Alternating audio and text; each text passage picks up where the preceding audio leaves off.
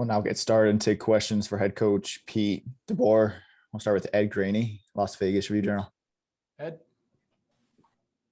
Hey, Pete, obviously you would have taken anyone at that moment, but back in January, when you talked about Mark Stone becoming your captain, kind of these moments you said, captain, step up, and you talked about him getting the game winner?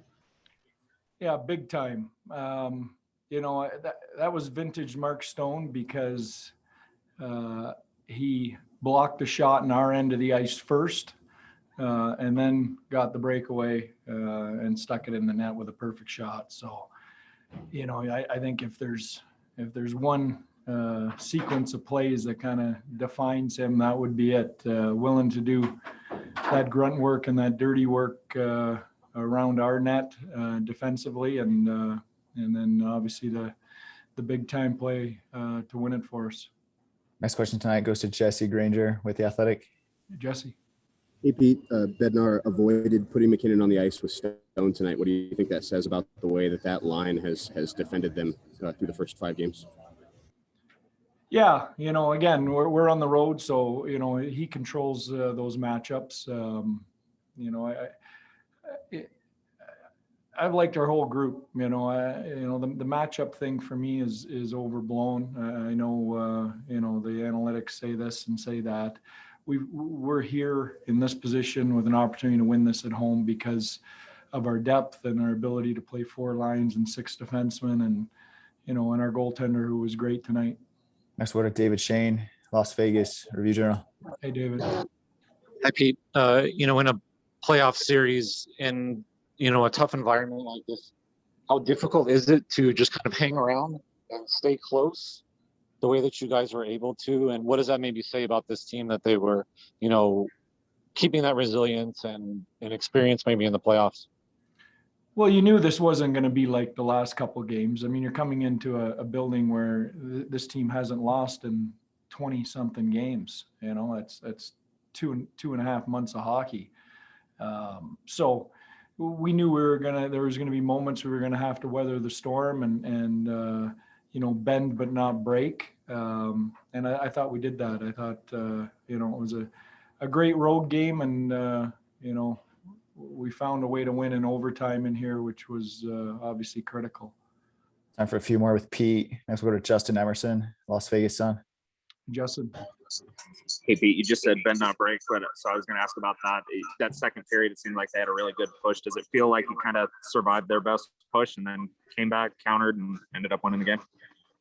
Yeah, I mean, that you've got the President's Trophy winning team on the other side. I think that, if you look at the numbers, they're one of the best teams in the last 10 or 15 years from a regular season point of view for numbers and analytics. So, again, there's going to be push and pull, and I thought we did a great job. It wasn't always perfect, but this is a tough place to win, and our guys, really, really dug in and found a way. Time for just one final question with Pete tonight. Next, we'll go to Ben Goetz, Las Vegas Review-Journal. Hey, Ben. Hi, Pete. You mentioned how good Marc-Andre Fleury was for you guys. What can you say about him responding to giving up that first goal to Brandon? Yeah, you knew he would, and you knew the group would play for him. I mean, he's bailed us out a number of occasions this year with, when we've made mistakes. So, I had no doubt after that he was going to be lights out and that our group was going to be lights out for him. Thanks, Pete. Thank you.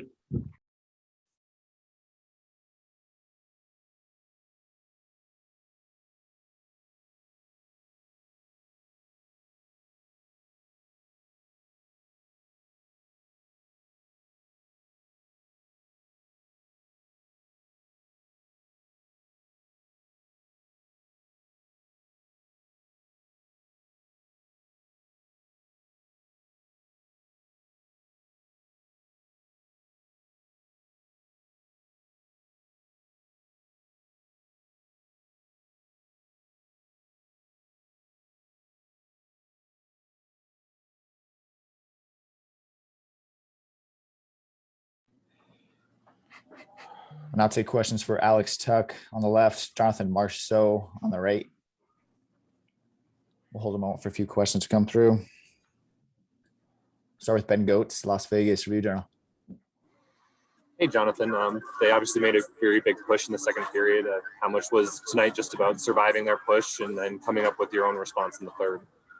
Yeah, normally we take a lot of pride of being really good in the second period. Get 4 lines rolling, or hold on to pucks. But tonight they were the better team in the second period. They were really good. That was their push. And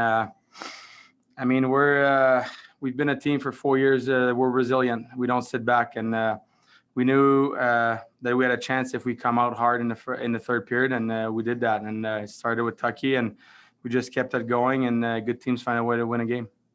Next question tonight comes from Jesse Granger with The Athletic. Hey, Alex, can you take us through your goal, what you saw, and obviously batting it out of midair? Yeah, that was very lucky. But Wazzy and Yanni made a really good play on the forecheck. I tried to provide some pressure, and they ended up stripping the guy. And I saw them get possession, and I just tried to break towards the net. Wazzy put it on a platter, and like I said, I got pretty lucky and was able to bat that into the net. We'll go to Ed Graney, Las Vegas Review Journal. Yeah, Alex and Pete talked about this. Obviously, you guys wouldn't have cared who scored that just to win, but it was your captain who, as Pete said, blocked a shot at one end and then had the breakout and score. Can you talk about his leadership in that moment and, him getting that? I mean, he was exhausted. And then you saw how hard he skated all the way down the ice. Like you said, he blocked that shot. He's the heart and soul of this team. He wears his character on his chest, and he's the captain that we've always wanted. And you know what? It was a huge goal. It was great. I think he was a little frustrated with himself sometimes early in the game, and he came out huge for us there right in the start of overtime. So really happy for Stoney, and I'm really happy he scored. Next, we'll go to Willie Ramirez, Associated Press. Jonathan, on the TV, Mark was all complimentary of basically everybody else. Said the Flower kept you guys in the game after the first period in the locker room. You could tell he really wanted that goal back. One of the strongest statements he said was that the best line on the team during the playoffs got the equalizer to keep the momentum flowing for you guys. What's that say about just knowing that the captain, as Alex just said, and calling you guys the best line on the team?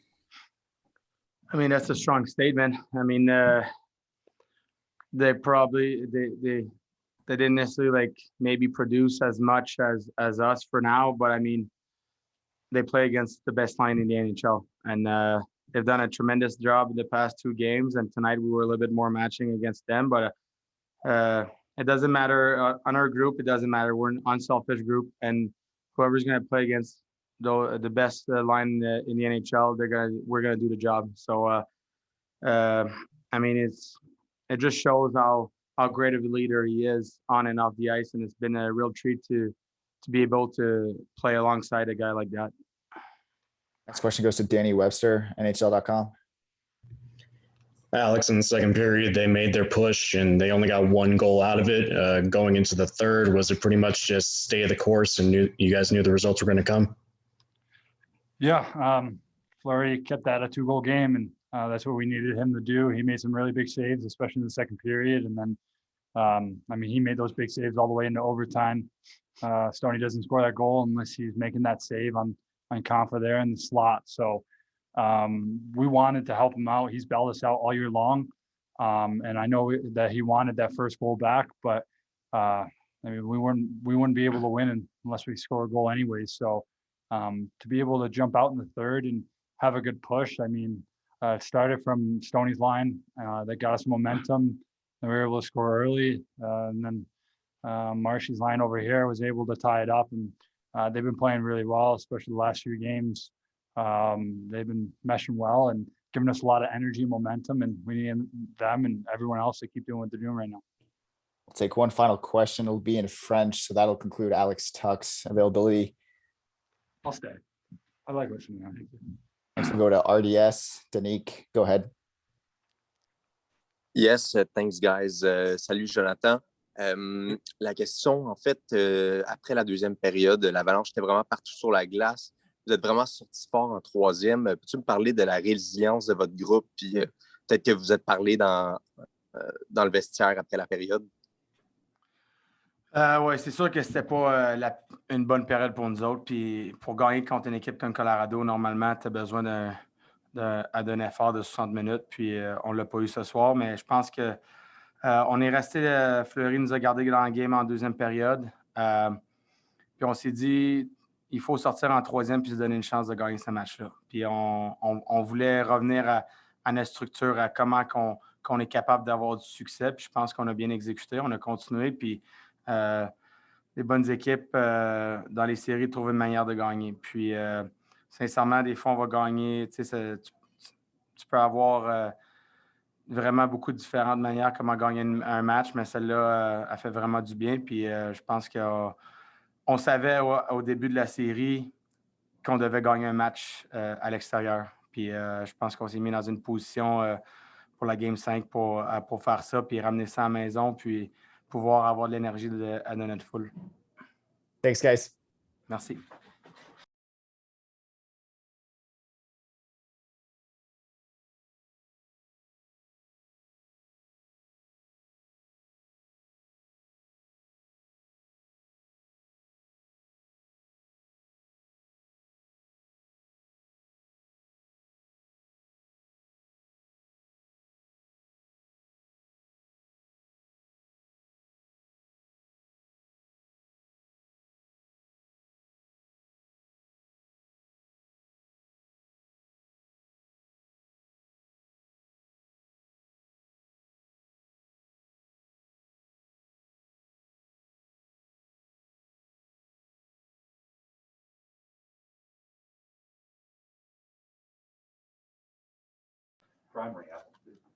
Now open up to questions for Mark Stone on the left, Marc-Andre Fleury on the right. We'll start with Jesse Granger from The Athletic.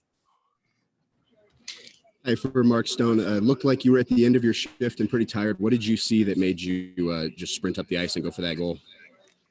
An opportunity, obviously an opportunity to score. I had a couple of big shot blocks right before that, and sometimes when the D-man shoots it like that, they can get flat-footed. So I just took off and was fortunate to end the game.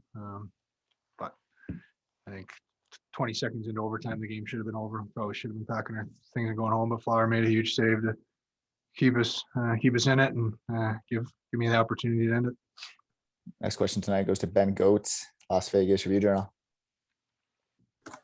Hey, for Marc-Andre, just what did you see on that first sod goal, and how much did you want to respond to that the rest of the game? Well, I saw it pretty good. I don't know. It felt slow motion, didn't think it was going too fast, and thought I could just catch it and play it around, so the rebound wouldn't be on this side, right? But I feel bad, That's a tough one. For sure, love to. I just felt stupid, and I think maybe when I was younger, this would have maybe thrown me off a bit more, but been around for a little bit, and the guys on my back, coming back in the locker room, and I felt nice, and just trying to do my best to keep the game close, and I always believe with this group that we can come back in games, and we did in a big way tonight. We'll go to Justin Emerson, Las Vegas Sun. Hey, Marc-Andre, when you look at the goals that have been scored, it's been Mark Stone, it's been Max Pacioretty, it's been Jonathan Marchessault. So I guess how important is it for kind of your best players to be your best players and score the big goals in big games? Yeah, definitely. I think you need everyone to contribute to win games, but when these guys are putting up the big goals, the big points for our team, it's huge for us. And I think, it's you see on the score sheet, right, the goals they scored and the assists, the points they get, but the work that they do against the other team, in our D zone and to prevent scoring chances from the big guys on the other side too. It's huge, it's a big part of our team, big part of our wins, and they've been doing that night in and night out. Next question tonight comes from Ron Futrell, Channel 8, Las Vegas. Hey there, Mark. I'd like to ask you about Alex Tuch, the baseball player, knocking that puck out of the air into the net. Your thoughts on that? I mean, playoff time, you can take goals any way you can get them. I think he'd be a little bit snake bitten, but he's been getting his chances. So I think that's gonna kind of get the monkey off his back. Kind of a different style goal, but I mean that was a huge goal for us. Minute into the third period, and Mark makes an incredible play over to Royce, and Royce feathers one in. And like you said, it's kind of a bobbling puck, and Tucky just makes a skilled play. A big guy with great hands makes an awesome play and really started it for us. Time for a couple final questions tonight. Next, we'll go to Willie Ramirez with the Associated Press. Either one of you, I'm sure you don't pay attention to the odds, at the sports books, but overall the talk, just in Colorado is a bigger favorite. In Vegas, it's damn near a pick 'em. But for the most part, Colorado's the favorite. Has that fueled the fire in playing, and sort of have you relished in that underdog role? I don't care about the odds. I don't think anybody on the team cares about the odds. We believe in our group. We believe we can play with them, and it doesn't matter if we play here, we play in Vegas. We need to win. This was a huge win. Feels nice. Gonna go to bed with a smile on my face. But tomorrow's back to business, right? It's only one win, and you win 3-2. You lose 6-1. Doesn't matter. You always gotta show up the next day ready for the next game, and who cares about the odds, right? Just gotta win the game. Let's go to Christopher Chapman, Fox Sports, Las Vegas. Yeah, hi, Marc-Andre. You've played with Jonathan Marchessault for 4 years now, and there never seems to be a moment that's too big for him. This series, he's really making his presence felt. So I'm just curious, what is it do you think about his personality that for such a small guy, he always seems to rise to the occasion in big moments? Don't tell him he's a small guy, though. He's got a big heart, right? It's been amazing for us, right? Like you said, he's come up huge in key moments in this series. Got a big goal against Mini, but I think he's got lots of confidence. He's positive. He's got lots of energy, right? Great attitude. He's got a great work ethic. Goes in front of the net and get those big goals, right? And he's been, like I said, he's been key for us all series. Thanks, guys. Thank you. That'll conclude the team's post-game media availability tonight. We'll be sending out the full recordings in just a bit. Thanks, everyone, for the time.